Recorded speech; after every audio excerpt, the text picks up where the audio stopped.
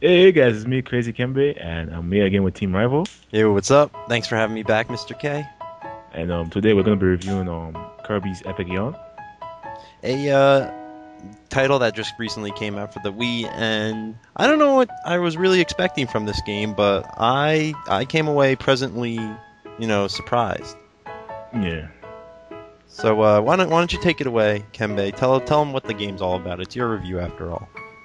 Well, Kirby's Epic Yarn starts out with Kirby, looking for food. Then he sees a tomato, and he tries to eat the tomato, but it's a wizard's hat. And then somehow he gets sucked into this world, and he's now a piece of string, but he finds that he can't like suck people like he usually could.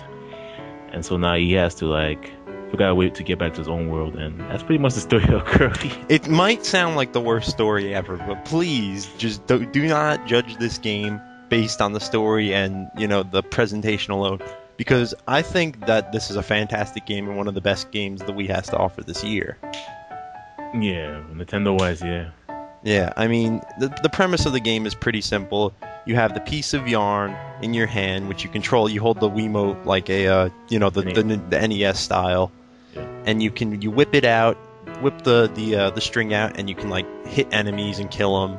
And you can like unravel things in the environment that'll change the environment. Like let's say there's a zipper on like the screen, and then you use the string to undo the zipper, and then it'll open up like a new piece of the environment that wasn't there before.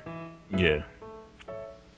And you can also like manipulate enemies, Sometimes you can hold the button to pull the string or let it go, and you can like find surprises like that. Yeah, I mean, in terms of this being a difficult game, it's not. You can't die, you can't take damage. There is no deaths whatsoever. There's no gaps anywhere. You can't fall in holes. Not as far as I've seen, but Well, I did fall in a hole, and what happens is some winged creature picks you up and picks you back and tells you to do it again. yeah, and all you do is lose these coin things. I forget what they're called, but you'll Coins. these crystal things, whatever they're called. Yeah, if you collect like enough of them, you get like medals, but they don't. At the end of the game, it doesn't really do anything. The only time it really did anything was for bosses, because then you can unlock extra stages. But besides that, it doesn't really do anything. Yeah, the replayability wise, this game is extremely lacking. You go through each level. There's 3 different things you can collect in the game. There's like a soundtrack, a track from the soundtrack. There's 2 other things, which are these little like felt cutout things that you can you go into this area, and you point the Wiimote at the screen, and then you can like rearrange the room with the felt cutouts. It'll be like a felt cutout of a chair or something, and you move it around. Which, quite honestly, there's no reason to 100% this game. You don't get anything for it. But the biggest star of the game is the transformations, for me anyway. Oh yeah, me too. There's the car, which is just a double tap. This game is a very, very, very nice and relaxed game. You sit back, you grab a cool drink, you put your No shades stress. on, you relax in the chair, and you just play Kirby's Epic Yarn, and you can just breeze through this game. But one transformation that really, really annoyed me was the train transformation. Oh yeah, it was a lot of the transformations I thought were cool, and while they were there, they were interesting, but they never really, I think, had any sort of lasting impact in the game. Like, let's say the tank. The tank was cool, but you'd do the tank for what, half a minute, and then it'd be gone, and then you wouldn't do it for Oh wow. a while. So I think they just input the transformations to put like different elements into the game, and I mean it works, but Yes, because Kirby can't absorb enemies anymore, so they give you other ways of, working around the environment and whatnot. but like he said, it's not really a hard game, Oh, I think it's meant for like younger gamers and all that stuff. But it's also the type of game that I could see, as long as you have an open mind toward it, anyone can enjoy this game. Yeah, definitely. And honestly, I think it's the best Nintendo game they released this year.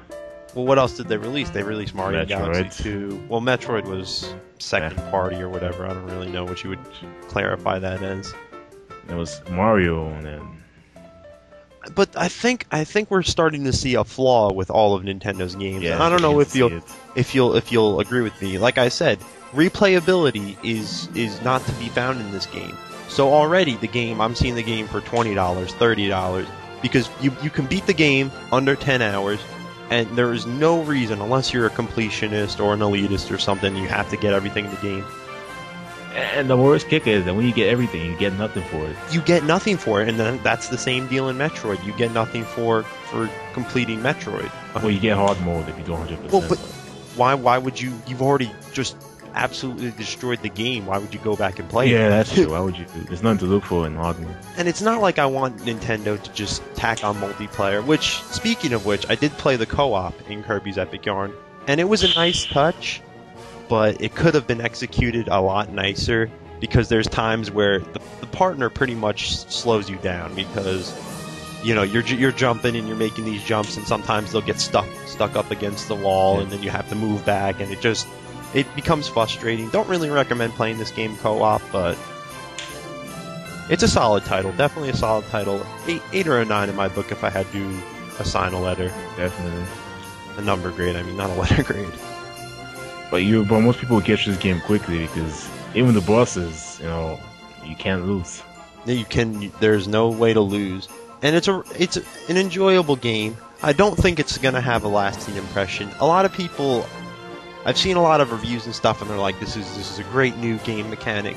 And while I agree, I think you kind of need to up the difficulty a little bit more and kind of give a change in the pace, because the game is just kind of like you're driving nicely along the road. Oh, you hit a little bump, but you just keep going. It's just very flat line with a few spikes, but not anything too major that you couldn't handle. And I think Nintendo really needs to start doing it. Change it up, man. Shake the bottle around, get the fizz going, and let the top off and let it explode. Pretty much. So, anything else? I think we kind of nailed it all. Yeah, that's pretty much it, Yeah. It's a solid game, I mean, it's not for everybody, but, it's the kind of game you want to play, you want to relax, no stress. It's a good game to play. Yeah, well, with midterms coming up, it's the perfect game to play. Yeah. So definitely a solid title, but you could wait for a price drop. Yeah, it's already price drops already. Well, yeah, but like the official, because Nintendo seems to have some sort of thing. Nintendo never does price drops. No price drops. Mario Galaxy 1 is still $50. Super Smash Bros. Brawl is still $50. Jeez. I don't know, man. They're crazy. But, alright guys, we're out. Alright, take it easy, guys.